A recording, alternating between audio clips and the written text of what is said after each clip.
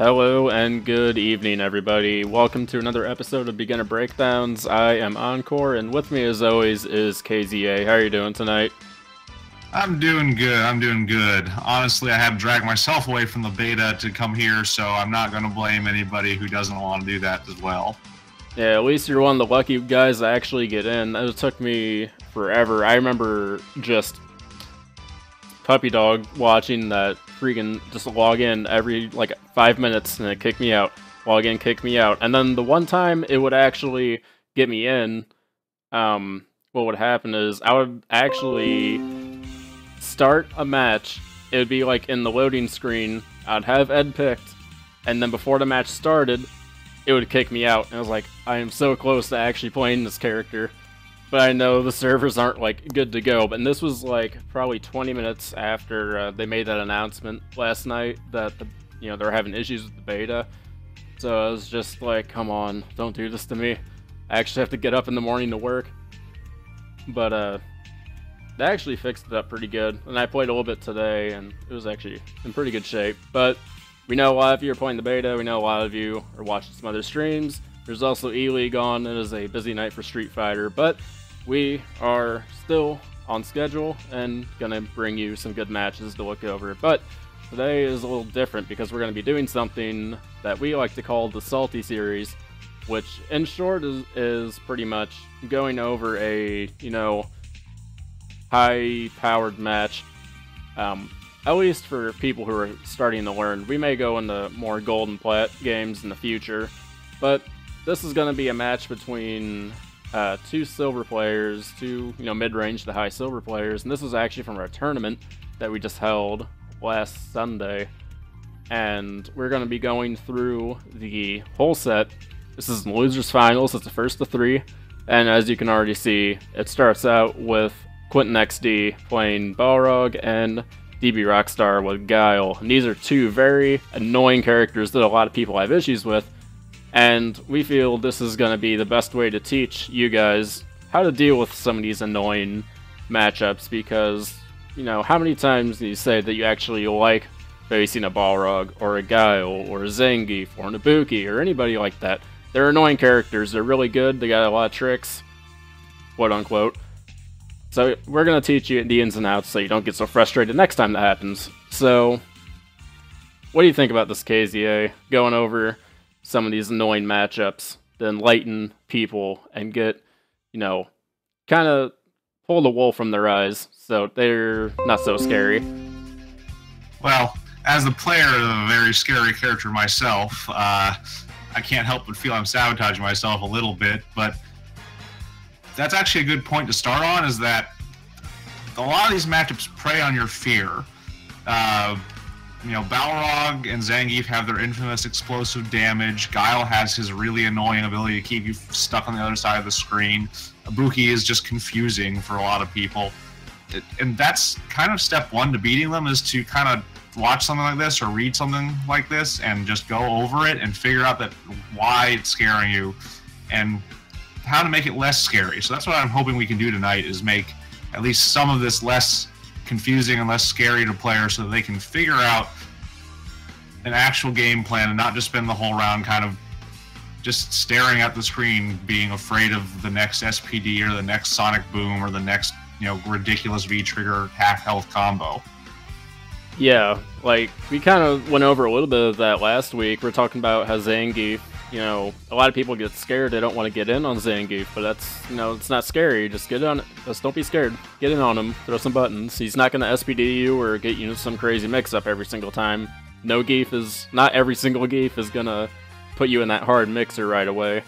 So you just got to feel it out. It's not scary. Just got to have a little confidence going in. But enough of that. We have a set ahead of us. And you can see, like I said, Balrog vs. Guile. And two very annoying characters that a lot of people have issues with. Two characters I have issues with, even though I do play a lot of Balrog. Still, can be annoying to deal with. So, on the face of everything, what do you think about this matchup? And we did cover a little bit of this last week, because I remember we did have a matchup of this. Well, I'll say what I say again. I think it's probably slightly in Balrog's favor, just because he has ways of dealing with Guile's shenanigans, and he's got the better up-close offense. I mean, Guile can put up a very, very, very good fight, because Guile's just all-around good. There's not a lot of weaknesses, but Balrog just has that explosive damage, which is the one thing Guile really doesn't have. Yeah, it's going to be interesting to say the least, because I feel like, yeah, personally, I've been in this matchup a lot, having played Balrog quite a bit, and it can be annoying because Balrog really controls the ground with those booms, and if Balrog can't circumvent him, even with the V skill, he can be in a lot of trouble. And even a lot of Guiles, a lot of more savvy ones, can read the V skill. They'll throw out like a light boom, and then, you know, just trail right behind it. And then if a Balrog tries to V-skill through it, he'll throw out like either the spin fist or a back HP and just catch him, you know, dead to rights.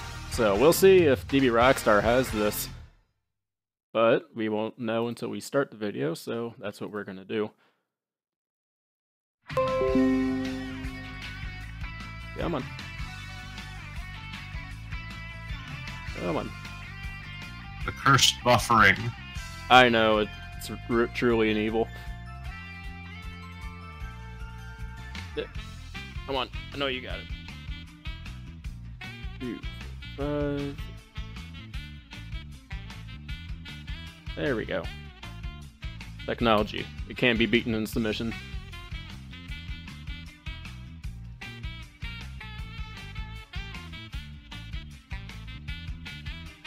Alright, so we're starting off pretty standard. Guile's moving back, throwing booms. Balrog's kind of fishing. Yeah, you can see what I mean here is that, you know, it may partially be just DB Rockstar's not as familiar with the matchup, but Balrog's getting all the neutral wins once he gets close.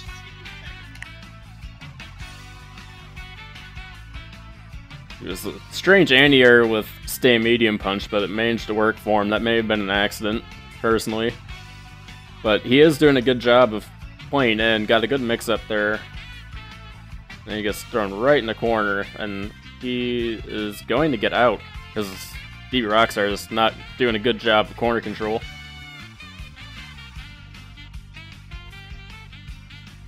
And just, yeah, that just goes to show you just how powerful that V-trigger is on Balrog, and how he just pushes opponent back, even on block. So you can see here, they both kind of always start the round off in this, and what we kind of discussed last week, they're both kind of fishing at the start. Neither of them really wants to commit to anything. But what I really find troublesome for DB Rockstar here is that he just goes in, and he really shouldn't be doing that against Balrog. Like, this is definitely, if the boom game is working out even a little bit, you want to take as much advantage as you can against someone who does as much damage as Rog, just so that when he does inevitably get in, you're further and further ahead. And just that powerful V-trigger and corner pressure and all that stuff, getting put in the throw loops and then getting taken back out and back in. Just I would so say much that was meter a waste burn. of meter, but it won, so can't complain. It was a painful win, but a win regardless.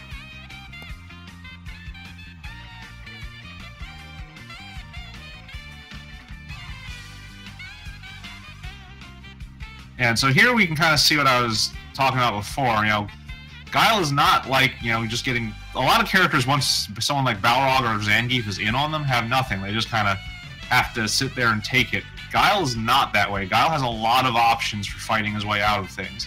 So that's the only reason this matchup isn't more one-sided. Guile is kind of like more close to some of his older incarnations where he was much weaker up close on the offense. This would be a much more dangerous matchup. But as it is, Guile is just still very dangerous even once you close the gap. Yeah, and I know you mentioned it last round. Yeah, Guile doesn't have to be playing so risky. Yeah, if the boom game is working even a little bit, stick with it, because you don't have a reason to go and try anything riskier. That's the thing with Guile, you gotta be patient. You can't just be like, oh, I'm not doing that much damage from, you know, mid-range or full range or anything like that. You know, if it's working, you're winning. Be happy with winning. Let's pause here at the start of the second round real quick. Let's kind of just go back over that first round, because the purpose of this is kind of give people an idea of what's going on with how to fight these characters. So just as a note, what we're seeing here is that you notice that Balrog tends to win once he's on you, so your objective should be learning all the ways that he gets in and making sure they don't happen. Guile tends to win because he just is all around good and can do a lot of damage at any range. So you have to figure out what your character's advantage against him is and get into that, whatever that is, immediately. This can be harder on some characters because they don't have advantages that are good against Guile. It's easier, ironically, on characters like Laura or even Zangief. Once you're in on him, you can really do some damage. Like right here, Balrog's just going to work. Yeah, and yeah, that's a really good point there. And yeah, Guile took that round, and he almost dropped it, honestly. He's coming up with some issues there, especially in that second round.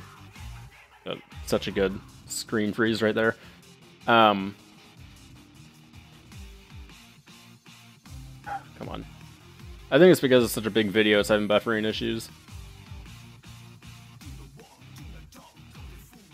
Yeah, that's unfortunate nature of the technical side of things here is that we're kind of cobbled together, so sometimes we just have to deal with it. Yeah, it's unfortunate, but it is what it is. Alright, since that's not quite cooperating, let's just move forward into our next round, because we have plenty of material to go over. More than plenty, we can always go back a little later. Come on.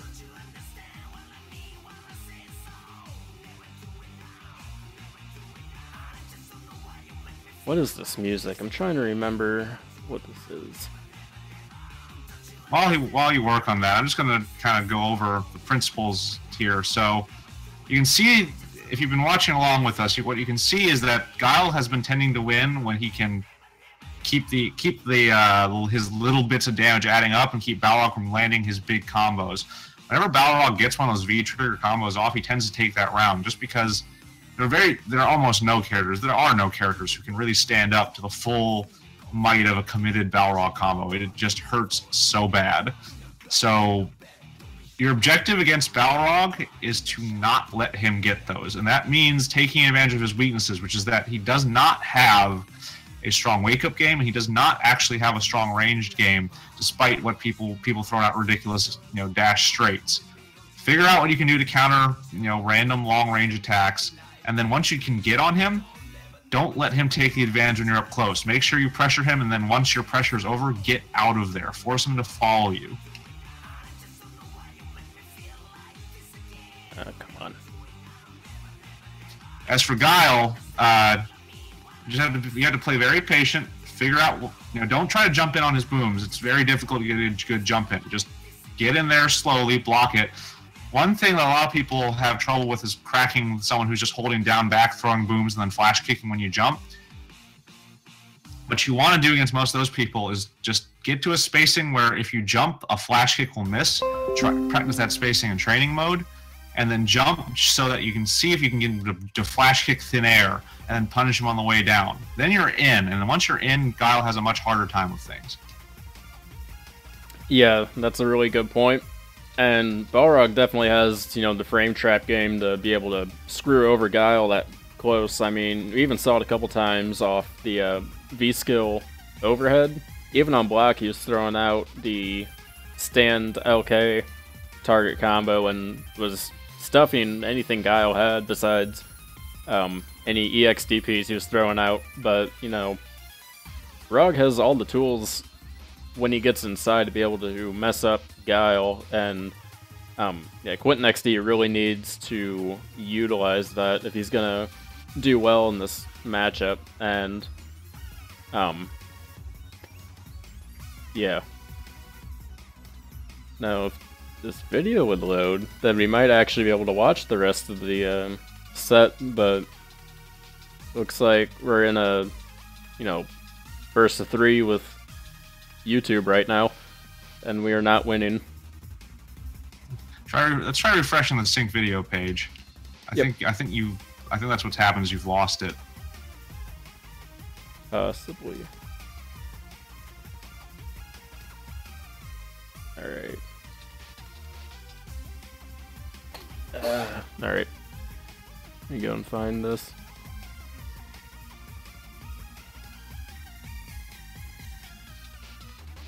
Sorry for the technical difficulties, everybody, but this will only take a second.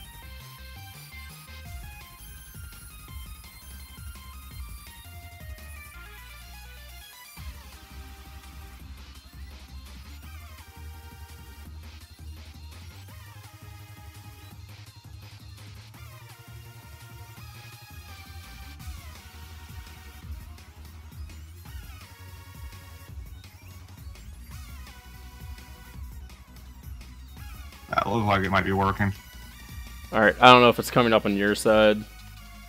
It's coming there. It's getting there. Okay. There we go. Alright.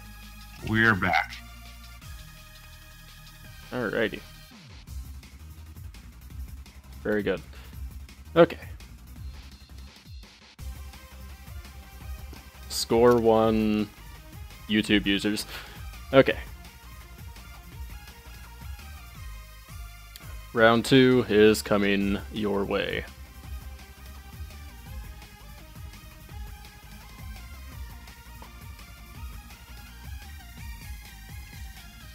So you can see right here, this is what we mean. You know, Balrog had the advantage there, and then Guile stole it. And now, you know, Guile's playing smart. This is what you have to do, you know, as both of these characters.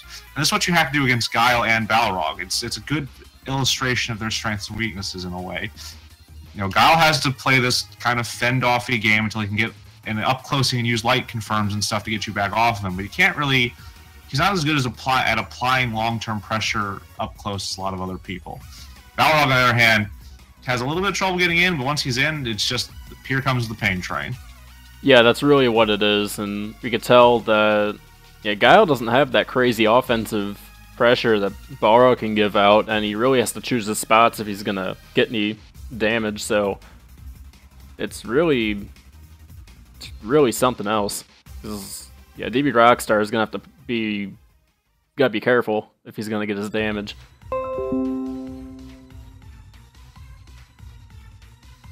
That right there, that was a classic bait by Guile. If you see him just throw that thing out there, don't jump. Just don't do it. 90% of the time, you're just going to eat a flash kick. I do love just that bait V skill. It's so good. And I use it sometimes when I play Guile, and it just freaks out a lot of people. It is a very powerful weapon. Yeah, so there's that explosive Balrog power right there. That was like a 40% combo with one activation and like 1 bar. That's why you've got to always be careful of Balrog especially when he's low. And so my advice against Balrog is pick a character with decent damage if you can. If not, pray a lot. And then once he starts getting low enough to start getting trigger, you've got to finish him. Just stay on him and don't let him even think about activating. Yeah, and you start to get a sense of how when Balrog is going to go for V-trigger, he likes that double stomp, crouch, MK. V-reversal him after the first hit or something if he's got a V-trigger ready, because he can activate it. He can make that sequence safe if it's on block. Shutting down that V-trigger is really important.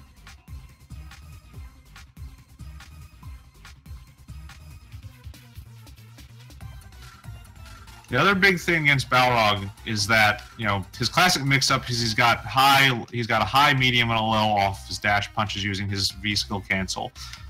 So a lot of people will block will block high, trying to stop the overhead, and they get clipped by the low. So you want to block low because the overhead is the reactable one of the three. If you see him going for it, you can stand up and jab him before you can finish it. On the other hand, you can't really react as well to the dash low, and it's much more minus on block. So that's the one you want to be blocking. And also, when we get to the end of the match, I do have a Balrog tip to give. But what were you saying, KZA?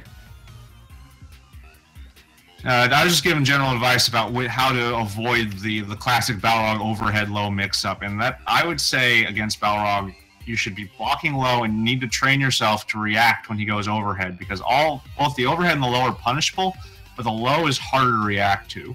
Yeah, that was actually the tip I was going to give about that. So yeah, that is the way to go. just gotta be block low and then look for the overhead, and if you could do that and react to it well, you will shut Balrogs down left and right.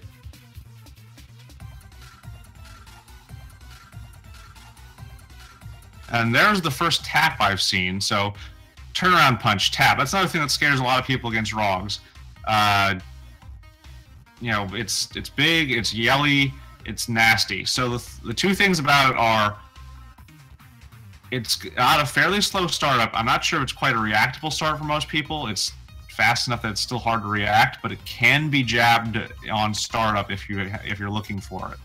The other thing is to try to listen really hard and determine what he's shouting when he's doing it, because that'll determine your reaction afterward. If he's anything below, I think like 3 or 4, he's minus on block, so you can follow up with a counter attack.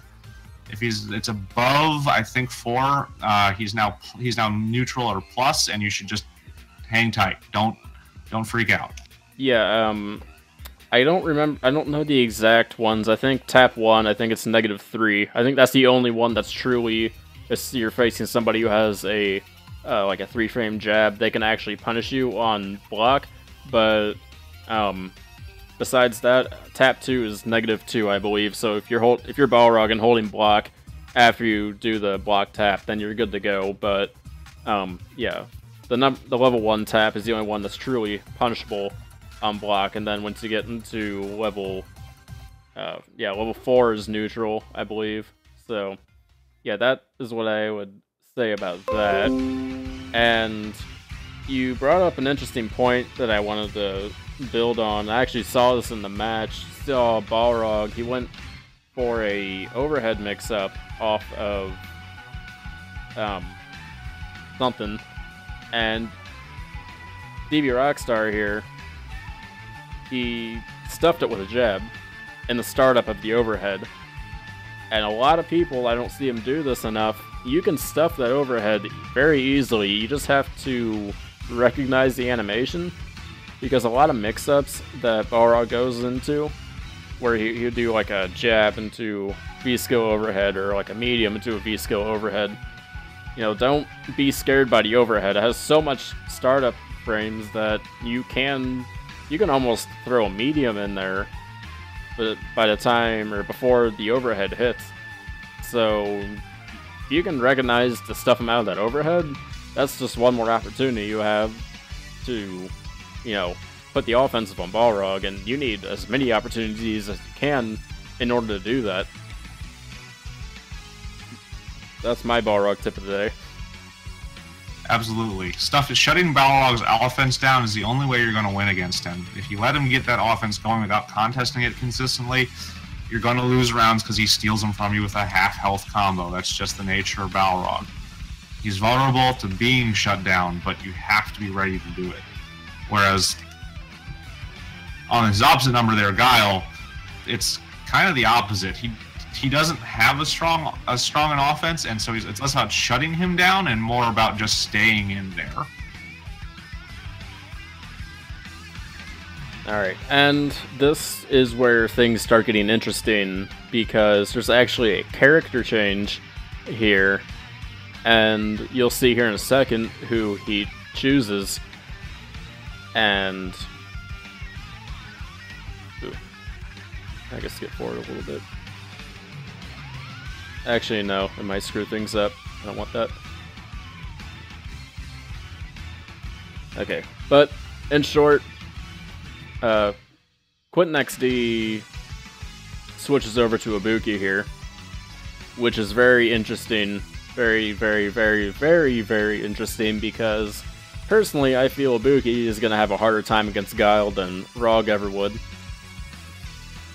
I would tend to agree. She does have some interesting air approach options to get around Guile's wall of booms and flash kicks, but the better ones require meter, and her low health means that she only has to get caught out by Guile a couple of times to start losing the match. Also, because of being Guile, he's immune to some of her crazier shenanigans if the Guile player's on point. Yeah, I'm trying to remember how flash kicks do against air kunai, because I'm pretty sure Guile can handle them pretty well. believe at least one of his regular flash kicks is projectile immune, so yeah, he should go straight through, be able to go straight through them. Yeah, and I know the EX flash kick has no problem with that, so that's already one big, tool out of Ibuki's, gear set. I'll just say that she already loses. It's also hard for Ibuki to regain kunai in this matchup because Guile can, no matter where she is, Guile can contest that with more boons. So Ibuki, another character a lot of people struggle against because of her complex mix-ups. Not sure how many we'll get here, but the big thing to keep in mind against Ibuki is that a lot of her raw dash-throughs, her cross-up dash, are actually not real. They're not safe. You can stick something out and punish them. Yeah, so, that's a really good point, and I see a lot of people neglect that. Don't be afraid to be a little bit frisky. She does have safe setups. You'll learn those in time, but almost all low-level Ibukis are going to be using a lot of unsafe ones because people don't react to them.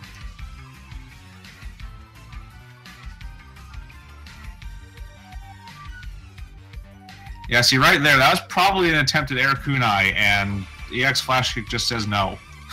Yeah, that just takes way too long for any, guy worth his salt to just let it go. Yeah, here's the other problem with Ibuki too, is that most of her good pokes are a little bit shorter than Guile's, so she tends to lose at that mid-range as well. The big ones people use are jumping, the jumping double kick, right? I forget exactly which button that is, but the big split kick, which does work okay, but it's not as good against Guile as some things because he can reach to follow up against its minus on block, and her charge hand thing, which is her V skill, which again Guile can do a low medium kick and poke on whiff, and it's a hard game for Ibuki to win. Guile just has the range to keep her shenanigans at bay. Yep, and we just see how powerful those sonic booms come into play, and especially the V-trigger version. And yeah, she just has such a hard time dealing with them. And you mentioned it before, she can't really refill kunais at any point hardly because she just doesn't have any room. She's just not gonna be able to find any safe area to get restocked, so she's got to be really stingy with them. She could barely throw them in the air, so that she's really kind of handcuffed from the get-go. Yeah.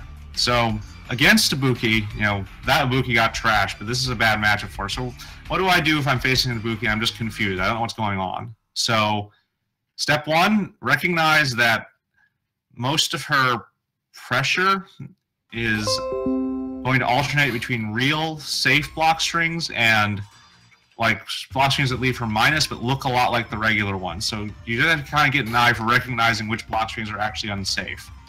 Two, again, a lot of her cross-ups and the like, especially against people who don't actually play her that well, are not real. You can go right through them. Three, unlike some of the other low health characters, she has a lot of tools to get people off of her if she is under pressure. As of this next patch, she'll have 2 invincible options on Wake Up, but she is a very low health character. If you can just dump some damage on her and force her to play cautious, it will go a long way. It's much harder to pull the kind of shenanigans that she relies upon if she's way behind in health. It has to be very careful with her picks. It changes her playstyle in a way that's very unfavorable. Real quick, what is the second invincible option that I have not read about yet? Unless I'm remembering it correctly, I believe after the next patch, EX Rida will be invincible from frame 1. Oh god. Well, I mean, if it's any consolation, there's really no good Oki after that, so I wouldn't be the saltiest about it. Yeah, but it is just a note that she will have 2 different invincible options, though. Because it becomes invincible, I believe it also gets the crush counter properties, so if you catch her being frisky with EX Rida.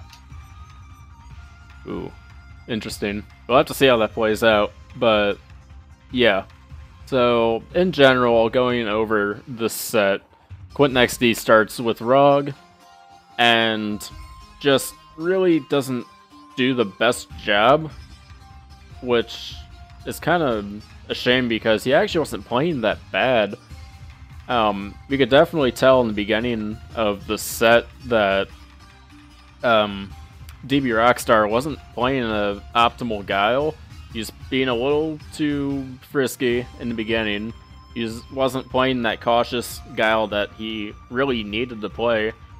Didn't have to go in at all, but he decided to, and it ended up costing him a match. Granted, he won the whole set, but it could have ended sooner, all things considered. But, you know, definitely, personally, I feel he should have stuck with Rog, because as we said, Ibuki just doesn't have any tools to deal with this matchup at all, and that's evident for DB Rockstar essentially taking this easily. He was playing much more recklessly than he ever was against when Quentin was using Rog. And even though he caught a couple EXDPs a couple of times, maybe a stray whiff punish or something, you know, he could afford to do so, because if he kept a good boom game going, he didn't have to worry about anything. He could just keep doing his thing, and he knew that he was going to win that match. So, this is a well-played set, eventually, from DB Rockstar. Shaky in the beginning, but he got his roll. Eventually realized what he needed to do, and it's like, oh, I don't have to do all this stuff. I could just kind of sit back and do my thing, and I'll be good to go. I definitely think Quentin made the wrong decision in switching. I think his strategy was starting to crack DB Rockstar a little bit.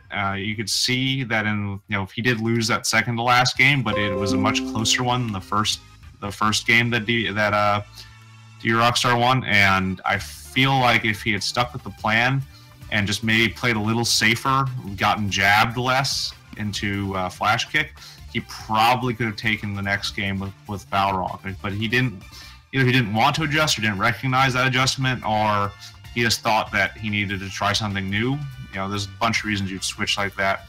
But I really think if he had just played Balrog again and played it a little bit safer, a lot of the loss of life he was taking was just doing unsafe stuff, getting jabbed and flash kicked and losing, 10% here, 20% here, and adding up. Yeah, it really got pretty rough there in the end for Quentin XD. But in all, it was an interesting set between two mid to high level silvers. So, we hope we gave all y'all some good insight on that front, because these are not fun characters to play on the regular. But if you know the tips and tricks on how to exploit their brokenness, they're really not so bad. And that's what we hope to accomplish here in our Salty Series episodes. But I feel like we've pretty much covered all we can, really. KZA, do you really have any more you have to say? You've pretty much, turned every stone over, so to speak, on this whole matchup. No, other than to say, just my final note is that Guile is probably the most frustrating of the three to play against. And a lot of beating him, especially at lower levels, is just honing your patience and not letting yourself get dragged into playing the Guile game of walking into things or jumping into things because you're getting tired or frustrated. Like, the other guys can blow you up, but Guile just wears you down, so you have to keep your head in the game against him. Yep, and if you just want to beat Guile, play Bison, spam EX level reverse, take advantage of invincibility, and you could take that from me. But until then, that's going to do it from us over at New Challenger. Thank you for watching Beginner Breakdowns. If you'd like to be a part of our Discord, look below this video and you'll be able to see our Discord link and all of our social media stuffs. And if you're not a part of our community, you should go check it out if you're wanting to learn some fighting games, because we do that. We specialize in it. And we're pretty freaking good if you ask just about anybody. And as you can see, we pretty much cover anything you'd ever need if you want to learn a fighting game. We do Street Fighter V, and starting next week, we will be doing Injustice 2, which drops next Tuesday. I am excited for that myself. and we'll also be introducing some new games as they start becoming released. And I can tell you, at least from me, that the plan is possibly to add some Tekken in the future. So if you are one of those people who likes that, you should keep an eye on us, because we just might be accommodating what you need. KZ, are you much of a Tekken guy? I've played it a bunch, but I mean, well, a bunch, like, I should years probably ago. pick it up. I used to be really good at that Soul Calibur, but that was before the Soul Calibur series started really sucking, so I don't know how good I'd be now. Oh, but, did you play like Soul Calibur 2 and I know stuff? they're different, but there's some shared things there. I think I could get the hang of it. That's cool. Do you play like Soul Calibur 2 and stuff? Because like I feel like the series really started dipping after 3, and 4 was the last one that I kind of played. I played the hell out of Soul Calibur 2. I had it at home. That was actually the first fighting game I had on a console at home, and I was that jackass who always played like Cervantes and spent the entire game trying to throw you off the ring. Oh yeah, that's the best part though. My best ring out guy is Nightmare, and you just go for the huge horizontal swipes and just pretty much, you know, beat them off the edge. And I like using the big paddle, because it just looks like you're straight up paddling them off the ring. It's the greatest looking thing in the world. But it's a real shame that was one of the greatest times of my life in some ways, and it's a real shame that the games haven't been as good since about 3. Yeah, I can imagine them. They revamped the series and took it seriously. It'd be cool to see that back on the main stage, because I know a lot of people who feel the same way. They'd like to get back into that. I'm one of those people. Yeah, I was one of those people in Soul Calibur 2. I like only played Link because I had the GameCube version. I was just that guy. Why did you have to say that? I banned him. He's so much fun to play, and yeah, I know I'm a terrible person. But if you want to talk more about Soul Calibur, join us in the Discord, because there's probably a person or two who probably knows that game. You'll just have to find out. But until then, thank you everybody for coming around. I am Encore, and with me is KZA. Everyone have a good night. We will catch y'all later. Everybody.